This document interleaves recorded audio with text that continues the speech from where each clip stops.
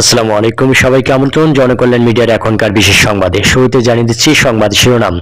চলতি ডিসেম্বরে আরো দুটি সভা করবে পে কমিশন। রিপোর্ট জমায় বিলম্বিত হওয়ায় যথাসময়ে পে স্কেল বাস্তবায়নে আশঙ্কা কর্মচারীদের। শুনছিলেন শিরোনাম, এবার বিস্তারিত। অনলাইনে নেওয়া মতামত ও কর্মচারী সংগঠনগুলোর দেওয়া প্রস্তাবনা সূক্ষ্ম বিশ্লেষণের পর বুধবার সব সদস্য নিয়ে বৈঠকে বসেন পে কমিশন। এদিন বিকেল 3টা থেকে রাত 8টা পর্যন্ত বৈঠক করেন তারা। তবে সভায় চূড়ান্ত হয়নি নবম পে স্কেলের সুপারিশ। কমিশন সূত্রে জানা যায়, চলতি ডিসেম্বরে আরো দুটি সভা করবে পে কমিশন।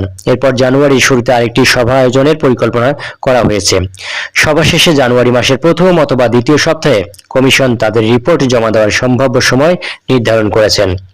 কমিশনের এমন সিদ্ধান্তে অসন্তোষ প্রকাশ করেছেন কর্মচারী নেতারা। তাদের দাবি, ডিসেম্বরের মধ্যেই নতুন পে স্কেল দিতে হবে। জানুয়ারির মাঝামাঝি সময়ে যদি কমিশন সুপারিশ দাখিল করেন, সেটা এই সরকারের জন্য বাস্তবায়ন করা অসম্ভব হবে। বিষয়টি নিয়ে আলোচনায় বসেছেন ইতিমধ্যেই কর্মচারী নেতারা। বিষয়টি নিয়ে বাংলাদেশ সরকারি কর্মচারী সমিতির এক সদস্য বলেন, কমিশন যদি জানুয়ারির প্রথম অথবা দ্বিতীয় সপ্তাহে সুপারিশ জমা দেওয়ার চিন্তা করেন, তাহলে এমন সিদ্ধান্তে তারা সন্তুষ্ট নন। তাদের দাবি ছিল ডিসেম্বরের মধ্যে পে স্কেল বাস্তবায়ন। সার্বিক বিষয় নিয়ে আলোচনার মাধ্যমে সিদ্ধান্ত নেবেন বলে জানিয়েছেন তারা।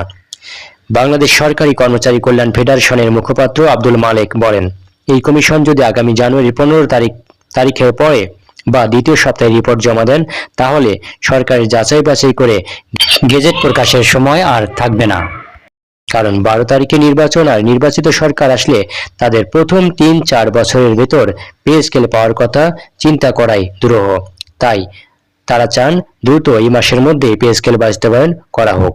এই ছিল জনকল্যাণ মিডিয়ার এখনকার বিশেষ সংবাদ। পরবর্তী সংবাদের আপডেট জানতে চ্যানেলটি সাবস্ক্রাইব করুন।